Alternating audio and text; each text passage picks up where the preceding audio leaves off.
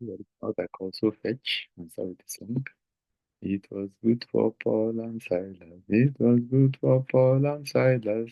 It was good for Paul and Silas. It's good enough for me.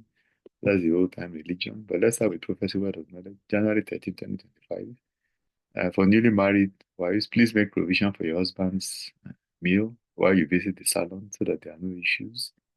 And then be sensitive to context and culture. But of course, the Bible trumps everything else.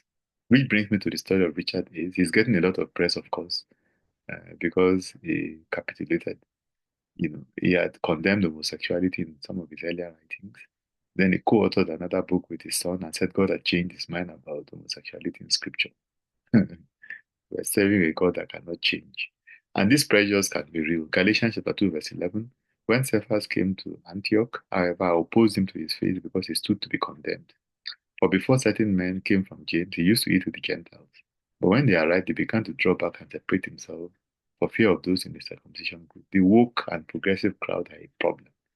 They put you under a lot of pressure. You can see a respected theologian making a 360 degree. And so the God that we serve is unchanging. The guidelines that he has given in scriptures does not change. We follow the scriptures religiously. We do not allow any kind of pressure to make us depart from the straight and narrow path.